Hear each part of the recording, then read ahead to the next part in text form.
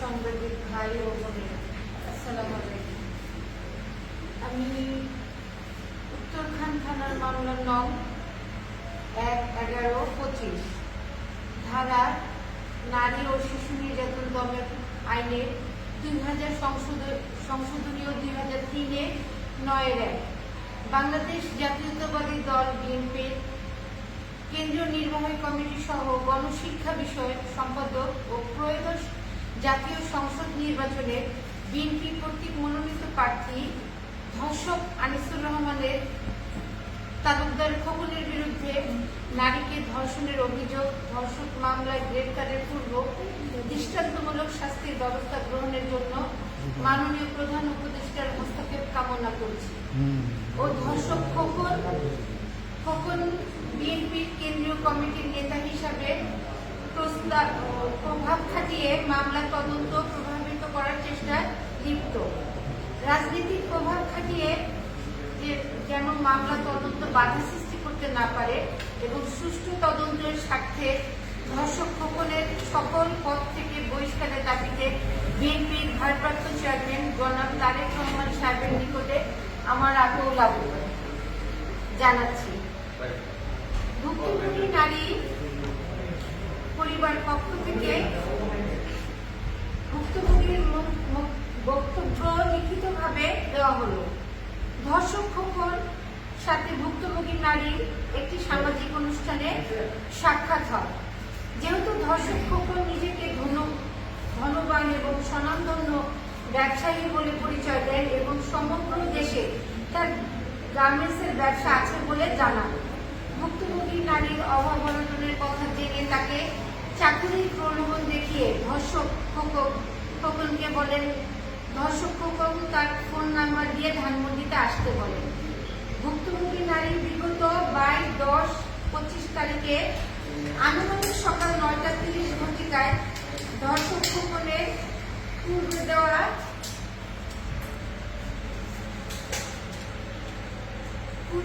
ঠিকানা অনুযায়ী ধানমন্ডি 27 নম্বর রোডে পৌঁছালে ধানমন্ডি 27 নম্বর রোডে বাংলাদেশ আই হসপিটালের সামনে ধর্ষক খোকনের নিজ গাড়ি থামিয়ে ভুক্তভোগী নারীকে গাড়িতে উঠতে বলে। পরবর্তী সকাল 11টায় সময় ধর্ষক খোকন ভুক্তভোগী নারীকে নিয়ে রাজধানীর উত্তরখান থানাধীন চামুরবাগ এলাকায় পৌঁছায় এবং তালুকদার বাড়ি নামে একটি ফ্ল্যাটে নিয়ে যায়। ধর্ষক খোকন ভুক্তভোগী নারীর সাথে বিভিন্নভাবে কথার প্রেক্ষিতে বিভিন্ন চাকুরির শর্ত মোতাবেক অনুযায়ী নারীকে তার সাথে শারীরিকভাবে মিলিত হবার কুপ্রস্তাব দেয়। ধর্ষক খোকন দেওয়ার কুপ্রস্তাবে ভুক্তভোগী নারী রাজি না হয় এবং প্রতিবাদ করে বাসা থেকে বের হয়ে চলে যেতে চাইলে ধর্ষক খোকন ভুক্তভোগী নারীকে টেনে রুমে নিয়ে আসে এবং দরজা বন্ধ করে দেয়। ধর্ষক খোকন ভুক্তভোগী নারীর ইচ্ছার বিরুদ্ধে তার সাথে শরীর স্পর্শ করে এবং ভুক্তভোগী নারী খোকনকে প্রভাবিত করার চেষ্টা করলে ধর্ষক খোকন ভুক্তভোগী নারীর শরীরের বিভিন্ন অঙ্গ প্রত্যঙ্গ কিল ঘুষি মেরে জখম করে শারীরিকভাবে নির্যাতন করে। এক পর্যায়ে ধর্ষক খোকন ভুক্তভোগী নারীর 2 হাত জোর করে ভুক্তভোগী নারীকে ইচ্ছার বিরুদ্ধে সমস্ত শরীর কাপড় খুলে জোরপূর্বক ধর্ষণ করে। ধর্ষক খোকনের কোমর থেকে পিস্তল আগ্নেয়াস্ত্র দিয়ে বিভিন্নভাবে ভয়ভীতি প্রদর্শন করে এবং ভুক্তভোগী নারীকে বাসা থেকে বের করে দেয়। পরবর্তীতে ভুক্তভোগী নারী ধর্ষক শারীরিক নির্যাতনের শিকার হয়ে অদ্র মামলায় 2 ও 3 নং আসামিকে নিয়ে সাক্ষীকে নিয়ে একই দিন অর্থাৎ 22-10-25 তারিখে ঢাকা মেডিকেল কলেজ হাসপাতালে প্রাথমিক চিকিৎসায় চলে যান। হাসপাতাল কর্তৃপক্ষ প্রাথমিক চিকিৎসা প্রদান করে এবং সেক্সুয়াল হ্যারাসমেন্ট অর্থাৎ যৌন নির্যাতনের কথা সুনির্দিষ্টভাবে চিকিৎসাপত্রে উল্লেখ করেন এবং চিকিৎসাপত্র প্রদান করেন। ভুক্তভোগী নারীকে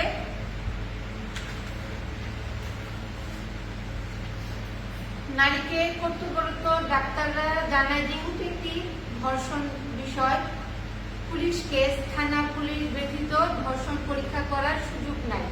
যেহেতু ধর্ষণ পরীক্ষা করতে থানায় অভিযোগ করে অতীব দূরত্ব থানা সহ পুলিশ সহ ও crime one stop crisis centre ভর্তি হয়। পরবর্তীতে চিকিৎসা করানোর মৌখিকভাবে পরামর্শ দেয়। ভুক্তভোগী নারীকে একই দিন অর্থাৎ 22/10/25 তারিখে 2025 তারিখে সাক্ষীকে নিয়ে উত্তর থানায় মামলা দায়ের করতে গেলে থানা কর্তৃপক্ষ মামলা গ্রহণ না করে বিজ্ঞ আদালতে মামলা রুজু করতে বলে, রুজু করার পরামর্শ দেন। পরবর্তীতে ভুক্তভোগী নারী বিজ্ঞ আদালতে মামলা দায়ের করে।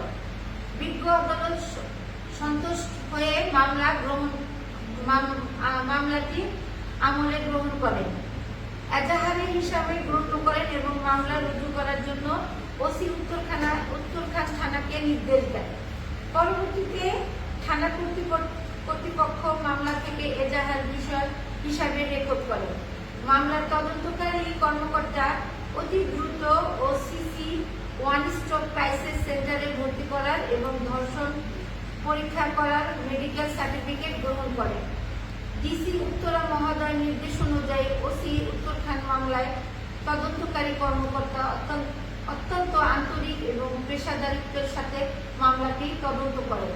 ধর্ষক খোকনের সাথে পরিচয় হওয়ার পর ভুক্তভোগী নারীকে জানায় সে একজন ব্যবসায়ী। গতকাল ভুক্তভোগী নারী সামাজিক যোগাযোগের মাধ্যমে এবং বিভিন্ন সংবাদের মাধ্যমে ধর্ষক খোকনের ছবি সহ মাদারীপুর 3 আসনের বিএনপির পক্ষ থেকে মনোনয়ন পেয়েছেন। সংবাদ দেখার পরে ভুক্তভোগী নারী জানতে পারে যে ধর্ষক খোকনের বিএনপি কেন্দ্রীয় কমিটি সহ শিক্ষা বিষয়ক সম্পাদক ও বিএনপি মনোনীত প্রার্থী। ভুক্তভোগী নারী বিজ্ঞ আদালতে মামলা দায়ের করার পর হতে অদ্যাবধি ধর্ষক খোকন বিভিন্নভাবে অজ্ঞাত লোকজন নিয়ে মামলা তুলে নেওয়ার জন্য হুমকি প্রদান করছে।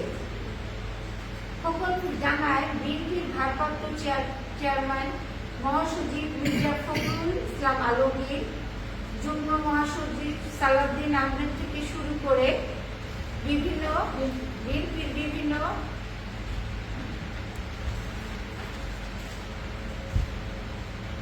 কেন্দ্রীয় কমিটির সকল নেতৃবৃন্দ খোকনকে অত্যন্ত স্নেহ করেন এবং ফরিদপুর, মাদারীপুর, শরীয়তপুর বিভিন্ন ব্যক্তি, পুলিশ অতিরিক্ত আইজি, ডিআইজি, অতিরিক্ত ডিআইজি সহ বিভিন্ন পদে দায়িত্বে আছে। ভুক্তভোগী নারী যদি মামলা না তুলে নেন তাহলে ভুক্তভোগী নারীকে হত্যা সহ বিভিন্ন মামলায় গ্রেফতার করবে এবং ভুক্তভোগী নারীর দুধে কন্যা সন্তান আছে, তাদের ক্ষতিও করবে সে। ধর্ষক খোকন আরো জানায় অ্যাটর্নি জেনারেল, জাতীয়তাবাদী আইনজীবী ফোরাম, সুপ্রিম কোর্ট আইনজীবী ও সমিতি ও ঢাকা আইনজীবী সমিতি সহ বিএনপির সকল আইনজীবীর সাথে খোকনের সুসম্পর্ক আছে এবং 24 ঘন্টার মধ্যে সে জামিন নিয়ে বের হয়ে যাবে। ভুক্তভোগী নারী পরিবার পক্ষ পরিবার সবাইকে মেরে ফেলবে। মূলত সরকার ও বিএনপির বিভিন্ন সম্মানিত ব্যক্তিগণের নাম ভাঙিয়ে ধর্ষক খোকন ভুক্তভোগী নারীকে বিভিন্ন ধরনের ভয় দেখাচ্ছে। গত 5/11/2025 তারিখে ক্রাইম রিপোর্টার্স অ্যাসোসিয়েশন ক্রাবের মিলনায়তনে ধর্ষক খোকনের বিরুদ্ধে সংবাদ সম্মেলনের আয়োজন করা হয়, কিন্তু আনফরচুনেটলি 4/11/2025 তারিখে রাতেই ক্রাব অফিস থেকে ভুক্তভোগী নারীকে ফোন করে জানানো হয় যে সংবাদ সম্মেলনটি স্থগিত করা হয়েছে।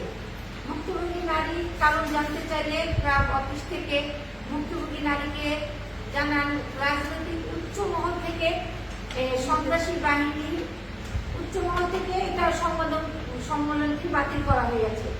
মামলা করার পর থেকে ভুক্তভোগী নারী ধর্ষক খোকনের সন্ত্রাসী বাহিনী বাহিনী অত্যাচারে ঘর বাড়ি থেকে বিভিন্ন স্থানে পালিয়ে বেড়াচ্ছেন।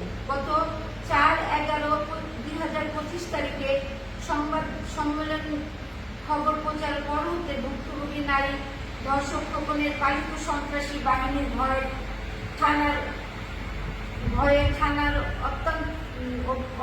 তদন্ত সাক্ষী ও সহযোগিতা করতে পারছে না।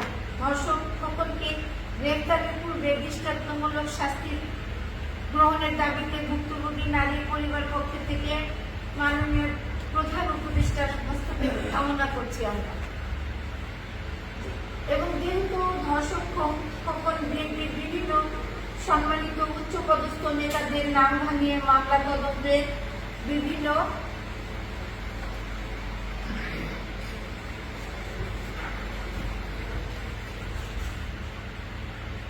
দিকে ধাবিত করার চেষ্টা ও ভুক্তভোগী নারীর নামে মিথ্যা অপপ্রচার করছে।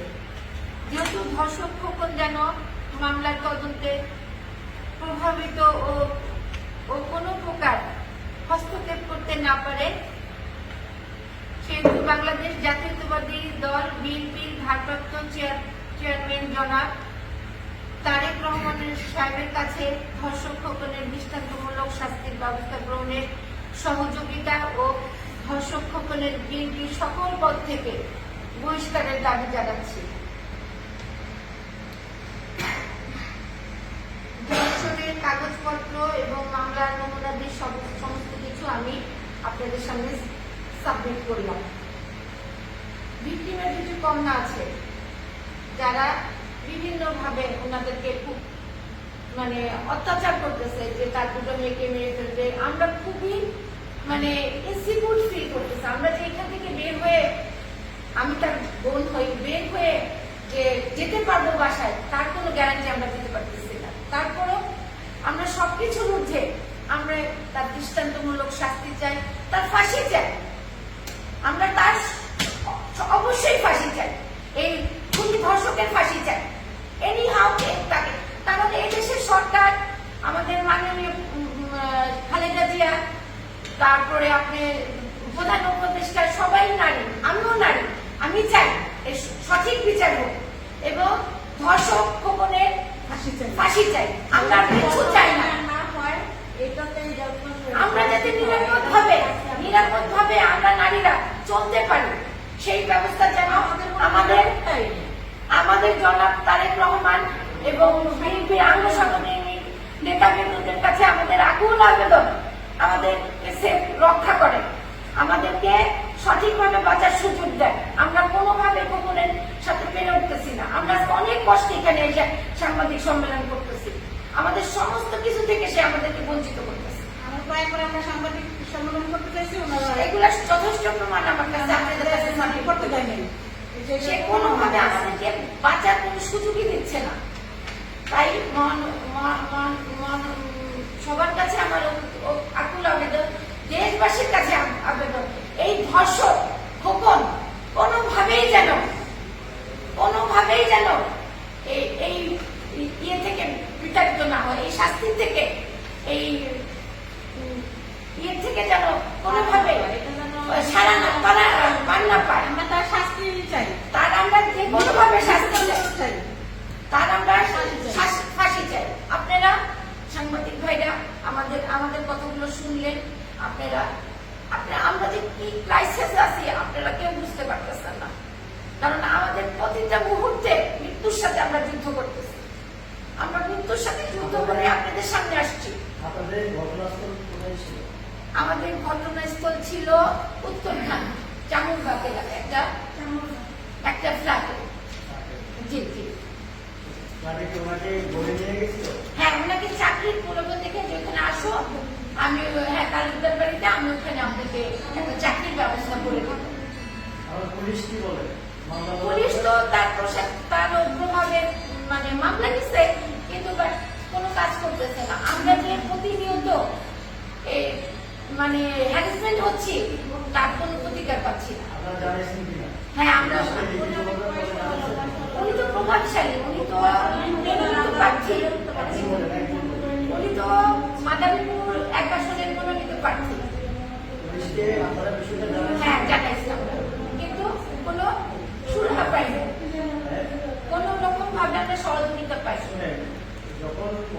দেওয়া হয়, বিভিন্ন প্রার্থীদের মনোনয়ন দেওয়া হয়, তখন প্রতিপক্ষ বা প্রতিদ্বন্দ্বী প্রার্থীরা এরকম কিছু ঘটনা ঘটায় অনেক সময় আপনারা না, দেখেন। এই আমরা ধরনের মানে কারো প্রভাবিত হয়ে আপনারা এই ধরনের না না এই ধরনের কিছু না, কারণ সাধারণ আছে না। সে তো মনোনীত পাইছে 2-1 দিন হলো, কিন্তু বাট যখন সে আমার বোনের সাথে এই কর্মকাণ্ডটা করছে তখন সে বলছে সে গার্মেন্টস ব্যবসায়ী, আর 2-3 দিন ধরে গাড়ির প্রচারটা দেখার পরে তারপরে তো আমরা দিয়ে বলছি আমরা চাইছি দেয় নাই কয়েকবার আমাদের আমরা মামলা করছি হলো আপনি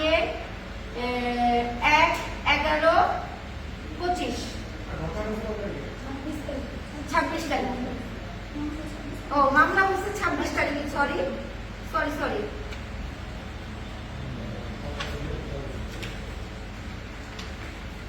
কারণ আমরা বাকরুদ্ধ হয়ে যাচ্ছি, আমরা কথা বলতে পারতেছি না। 4 দিন পরে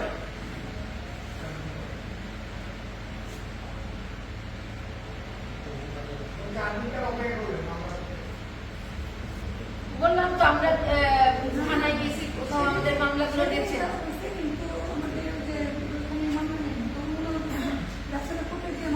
হ্যাঁ, এখানে হবে না, আমাদের উত্তরখান থেকে বলছে এখানে হবে না, আপনারা কোর্টে যায় মামলা করবেন। পরে কোর্টের নির্দেশে থানা মামলা হয়েছে। হ্যাঁ 4 দিন পরে দিচ্ছে।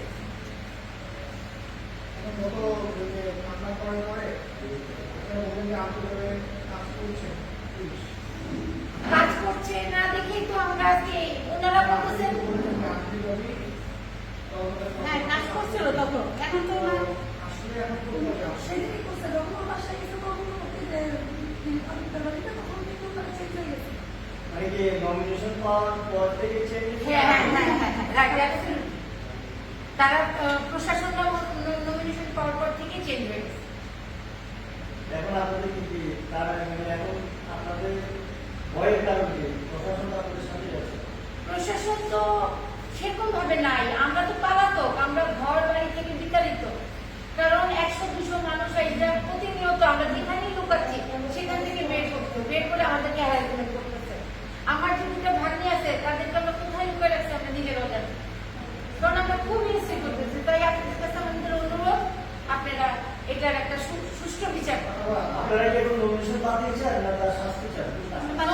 তার শাস্তিও চাই, আর নমিনেশন বাতিল করার তো আমাদের মাননীয় প্রধানমন্ত্রী বা আমাদের তারেক রহমানের, মানে কেন নমিনেশন বাতিল কেন? কারণ এই ধরনের লোক তো সমাজে থাকতে পারে না। আর যখন সে সংসদে যাবে তখন সে কি করবে, আমাদের মতো নারীদেরকে কি করবে? আপনাদের কাছে আমাদের বিচার। নমিনেশন বাদ দিয়ে ফাঁসি চাই আমরা। জি